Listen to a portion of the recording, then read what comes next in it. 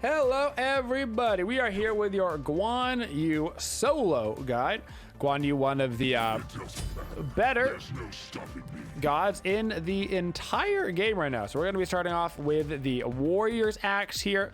Tier 1 Warrior Tabai, our Chalice of, excuse me, those are Tier 2 boots. What the? Tier 1 boots, our Chalice of Healing, and a couple of multi-pots, as well as I'm still a teleport boy. You don't have to get teleport if you don't want to. I'm going to double check what my Thanatos is doing. My Thanatos does not have a hog, so I'm going to start at speed with him.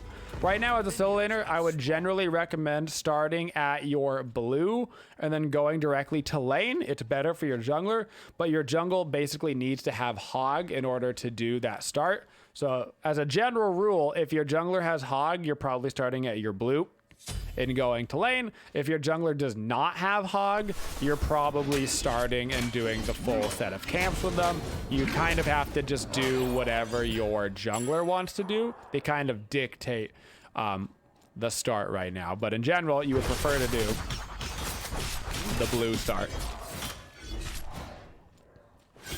So we started with our Warrior's Axe. This is just the best general solo lane active right now. There's some other situational items. I don't recommend the blue stone on Guan Yu.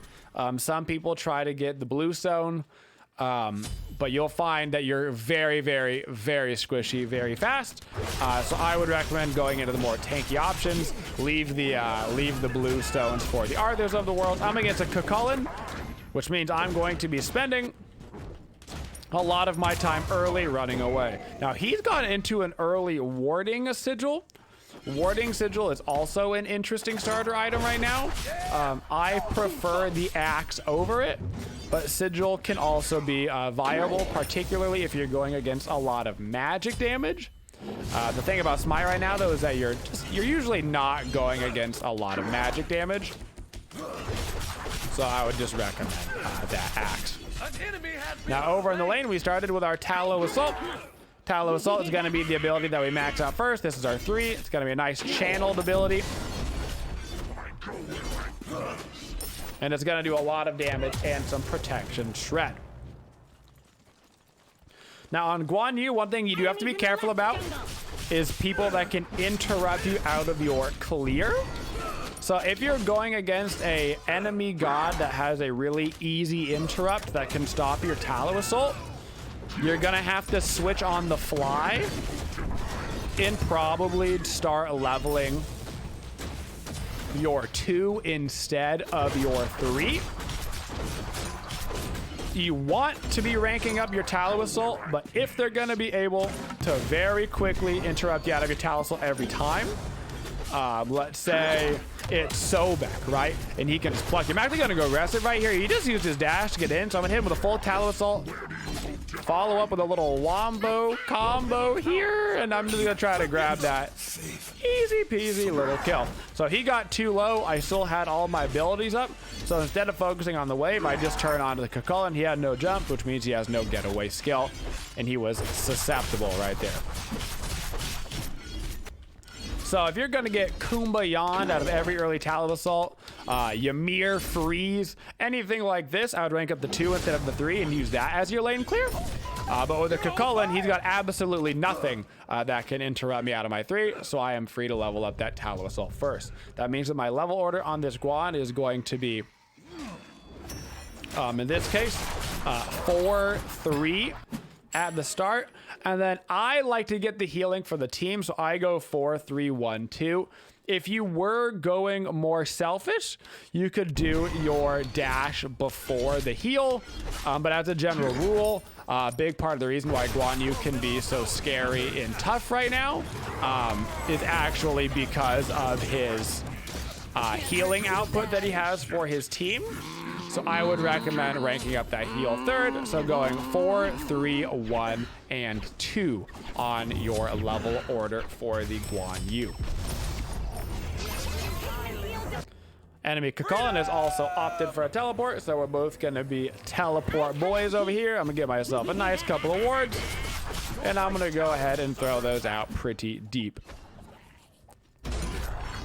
once I get an opportunity to. He's got to be a lot more careful on his Cullen jumps as well. So for our matchups then on Guan Yu, we don't mind going against like Bologna. We don't mind going against not so much Osiris. Bologna, we don't mind the Cullen so much because these characters just don't have those interrupts, which is really what done goofs Guan in the early game. Your absolute nightmare scenario is something like a Hades. A Hades can fear you out of your Tallow Assault, plus he basically full clears the wave. So that's kind of the worst case scenario. Somebody that's going to be clearing the wave while also simultaneously preventing your Tallow Assault. So keep your eyes out for those. My job over here in the solo lane is to clear out these waves ASAP and hopefully get my butt over into their jungle at some point. I don't mind dying in the solo lane. You can see the Pele came over and ganked me and I was nonchalant about it, whatever. I actually don't think that deaths in the solo lane this season are very relevant. Especially if you have the teleport to keep you coming back so you're not missing out on really that much XP. Obviously, you don't want to die if you can just not die. But I would rather my solo laner play aggressive and die than play super passive, because if you play super passive in solo lane, there's a good chance you're just gonna fall behind in XP regardless, and you didn't even like steal anything from the enemy to make it happen, you know? So you basically might as well. Now this Cullen is chasing me all the way through with the Pele. I'm making friends. I'm saving my dash here at the very end just to kind of bait them in even further, and we're gonna have to back it up. Now I am against a 1 physical, 2 physical, 3 physical composition and 2 magicals, including a healer. And they've got some pretty good sustain as well. They've got the raw heals. Pele's got a little sustain. Cern got sustain. Selbag got sustain. So I'm going to need a Pestilence this game for my team. So for my first item, I'm going to get a Breastplate of Valor. Very standard on Guan Yu. 20% CDR on Guan Yu. We're going to want to max out our CDR every single time. But that Breastplate of Valor will not only give us the 20% CDR, it's also going to give us a lot of mana, because Guan Yu is a very, very, very mana-hungry boy. You will absolutely burn through your mana. So you got to make sure you get a nice early source of mana going for you, which is almost always going to be the Breastplate of Valor. Also, this game, it works out really nicely because I'm going against a Cullen in solo, and I'm going against a Pele in jungle, so that's a double physical. So I'm also doubling up and building those protections for both the people that I'm going to be encountering early in this game. Now my Cullen has rotated over towards that, so I'm gonna let the team know that there's that enemy right on top of them, and then I'm just gonna run through their jungle and see what's up. I know their blue buff is coming up soon. Gonna throw out a nice deep ward, and I'm gonna focus on taking their blue buff because there is no way for me to get over there and catch up to the Cullen at this point. If you're not gonna make the rotation, make sure you don't do that half and half thing. The worst thing you can do is decide you're gonna rotate, and you decide really, really late that you're gonna rotate, and then you rotate all the way over, and the fight's already done. That is the nightmare scenario. You either want to rotate immediately, so that way you have the presence in the fight, or you don't want to rotate at all, so that way you're actually getting all of the XP and you're getting yourself a nice advantage that way. Rotations are levels, especially with how big the map is right now. So make your decisions firmly. Whatever you decide to do, make sure you don't double guess yourself. You got to just commit to the decision. If you're going to rotate for it, commit to the fight. If you're gonna stay and get your farm. Now I'm gonna try to bait these guys to stay a little bit because I actually want to turn around on this. So I'm looking right at this Cullen, and he is just getting wrecked in my Guan Yu ult. He's gonna go right down, trying to body block Pele, hit him with the slow, pop my chalice to make sure that's going. I can actually tank the tower for my Thana. I don't even need to anymore because Pele is in the ultimate range. Ooh, but a good juke with the Pele blink. But Thana needs to be a little bit careful here. I'm gonna heal up my creeps and try to move up into this tower. And now I think his greed might just cost him his life. Yeah, it's going to. So Guan Yu ultimate, one of the highest damaging abilities in the game from a baseline perspective. A lot of people still don't know to this day, so I'm going to mention it. Your Guan Yu horse does react to button presses, and by that I mean if you want to go faster on the Guan Yu horse, make sure your like W key is smashed down. If you want to go slower, make sure that your S key is smashed down. A lot of people don't realize that you can like slow down the horsey type thing. So if you want the horse to go slow so it's easy to stick right around somebody, make sure you're actually pressing that S key, because you'll slow down your horsey and you can stick around. So I'll show you the difference here in the movement, because this seems to get a lot of new players as they don't realize you can slow down the horse. But if I'm going full-fledged on the pony, I'm going super fast. But if I hold my S key, you can see how much more I slow down on the horse.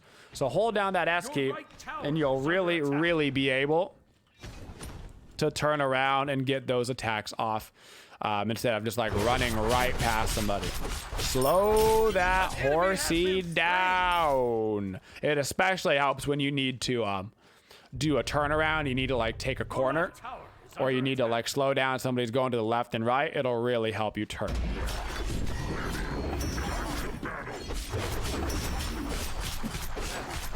For the rest of Guan Yu's kit, the biggest thing is his interaction with CDR. So the major reason why we build all of this CDR on Guan Yu is because how his cooldowns actually interact. I'm gonna get a shell for my team instead of a Thorns this game. It's because how his abilities interact with his 1 and his 2. So on my baseline cooldown, you can see like right now I've got 8.4 seconds.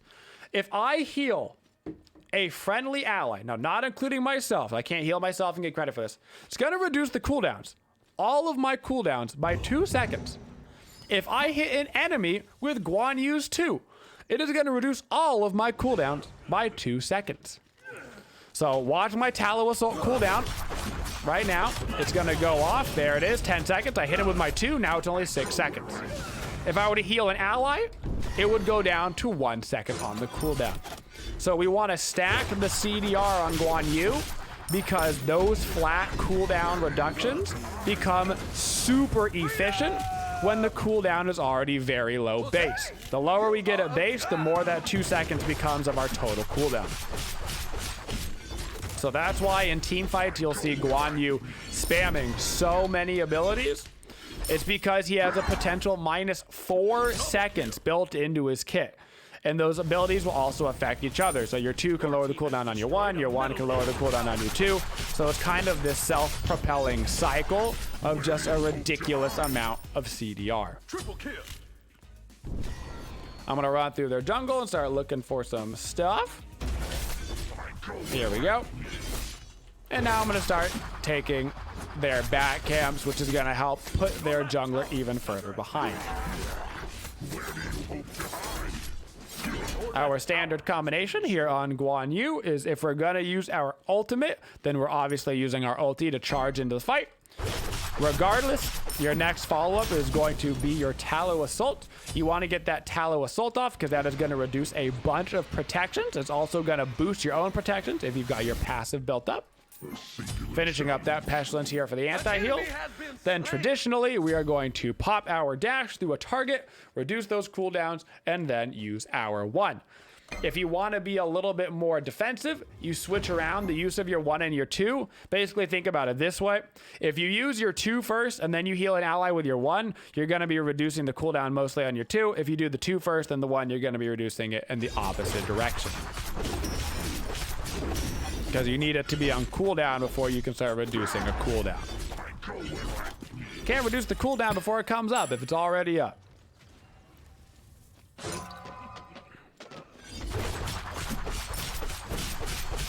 My job in these team fights is going to be pretty simple.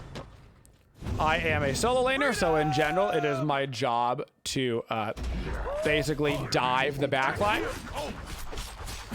So I'm going to be doing a lot of running at people. But on Guan Yu as well, he's a little unique. I want to be around my team Speaking of being around my team, I'm gonna ulti in the mid lane right now, and I'm actually gonna go looking for this Cernanos. I'm slowing down my pony right now so I can stay right on top of him. Great use of the S key right there so you can see it. Because I want to be near my teammates so I can walk back and heal them and shell them. Now I'm going to use my 2. You can see how low the cooldown my 1 is already. So I can spam another heal, which is going to reduce the cooldown of my 2. So I can use my 2 already. And you can see how this self-propelling cycle just keeps going and going and going and going and going. Which is why Guan Yu basically has no cooldowns and you become a heal spam bot. And even though my heal isn't a massive heal, it's not like it's going to heal you for 500 or anything. The fact that it's on such a low cooldown means that it's going to start healing for a lot.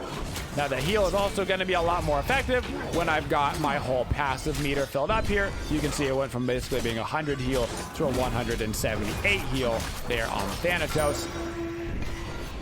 So you want to make sure you have that passive built up in the old combat, so you can get the most out of all of your abilities. All those Guan Yu abilities have a better effect when you've got that pool of blood built up. I don't even know what Guan Yu's passive is called. It's called Painless. And then it runs out when you're out of combat. So basically, Guan Yu likes being in extended fights. To be fair, all healers in general like being in extended fights because that means the healing is working. But you really want to have the extended fights with Guan Yu because not only is healing going to help you in a long extended fight if nobody's getting bursted down and dying, he naturally has a passive that wants to have really long team fights. Now's about the time of the game that I really need to start focusing on some rotations. So I'm going to back up right now, and I am going to work on a Genji's guard. I'm going to rank up my shell, and I'm actually going to teleport to mid so I can walk over to the Gold Fury. I love Genji's guard on Guan Yu because Genji's guard gives you that flat 3-second reduction in your cooldowns, which just stacks so well with the rest of Guan Yu's abilities. Now I'm going to try to get myself right out of this Paley. I'm going to right click early out of this ability so it goes for the early stun. You can cancel Guan Yu's horse early in order to get the stun off, so I cancel the stun right on top of Paley. Now I'm waiting to get my 2 back on this guy. I'm not going to even need it.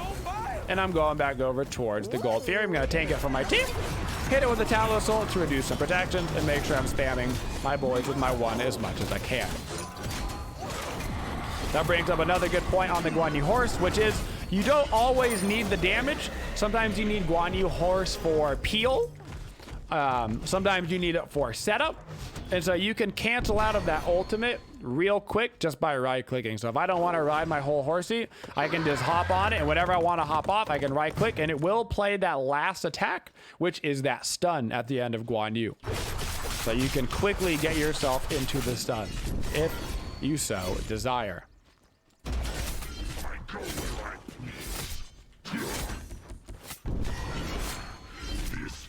Is not yet over. So as we discussed earlier with the Genji's guard, you're going to see it's that -3 seconds from your cooldowns that can occur once every 30 seconds. It basically means that you're not going to have any cooldowns on Guan Yu at all once we start getting up here into these max CDRs. Because we get the 1 and the 2-second cooldown, then we get the Genji's guard 3-second flat reduction cooldown. We're going to have our abilities up all the time, including our ultimate. Not uncommon for Guan Yu to get his ulti off 2 or more times in the middle of a team fight, especially if it goes any sort of extended distance. I'm going to use my ultimate right now just to try to get over to my Nox to save him. Not going to make it quite in time, but that's okay.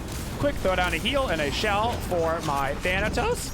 Trying to keep him alive. I also don't want to kill the Pele, so he can come back down and get the execute off.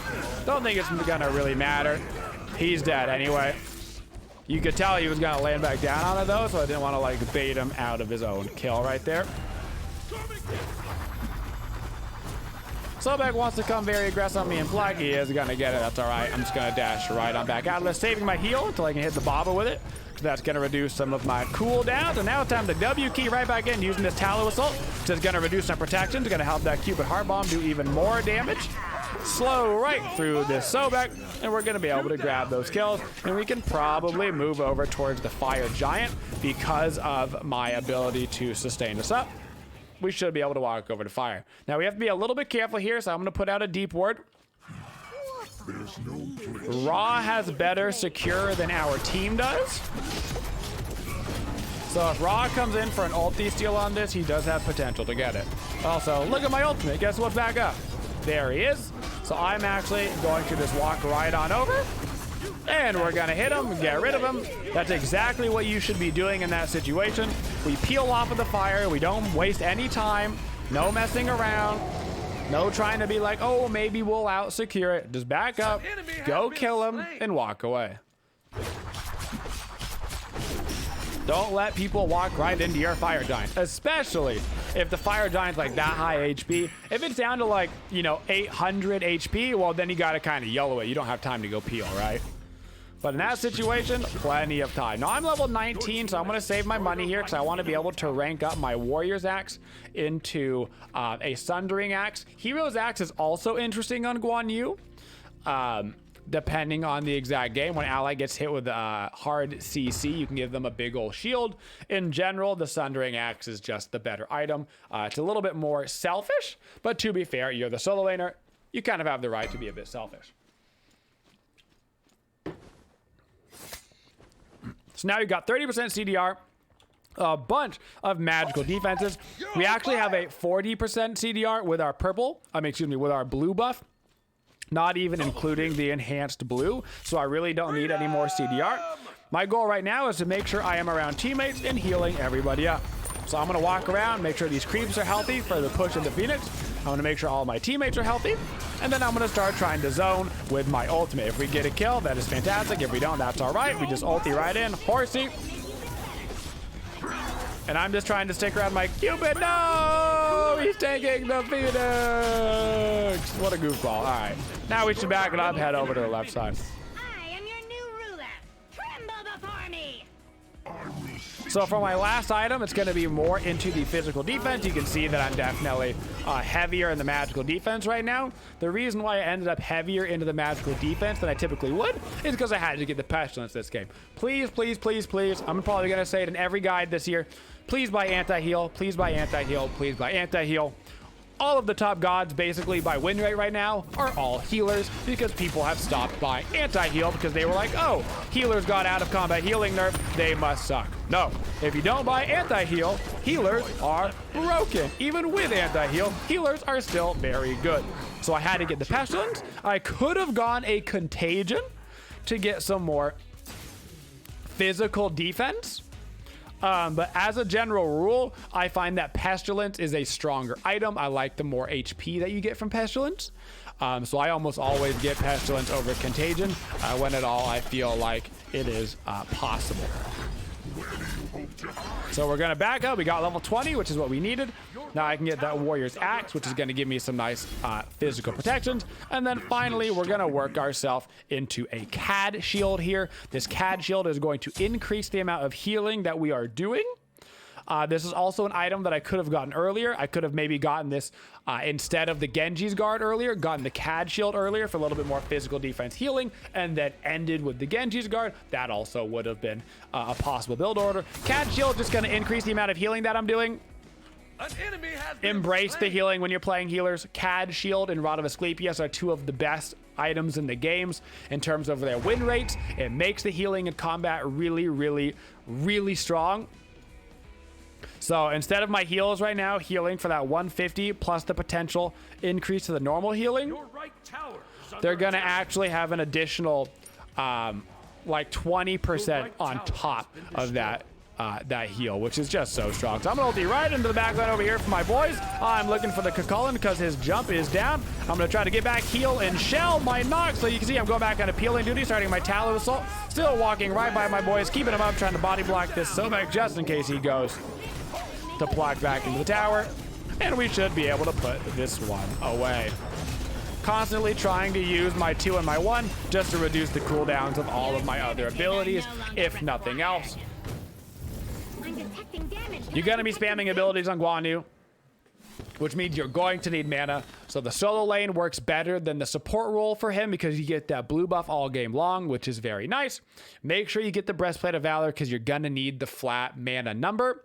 And then make sure you get that full CDR online. You don't have to have 40% because you should have blue buff all game, but you're gonna need 30% plus your blue buff at least to make sure that you've got the sustain for your team. And then you walk around and you become a glorified heal bot. These healing numbers like 5,600 gets to be really, really hard to deal with in a team fight, especially in a season right now as Snowball is season 8, because one team fight right now, because of the length of death timers, can lead to a whole bunch of objective gameplay around the map with just a little bit of sustain right now, guys. And that is our Guan Yu guide.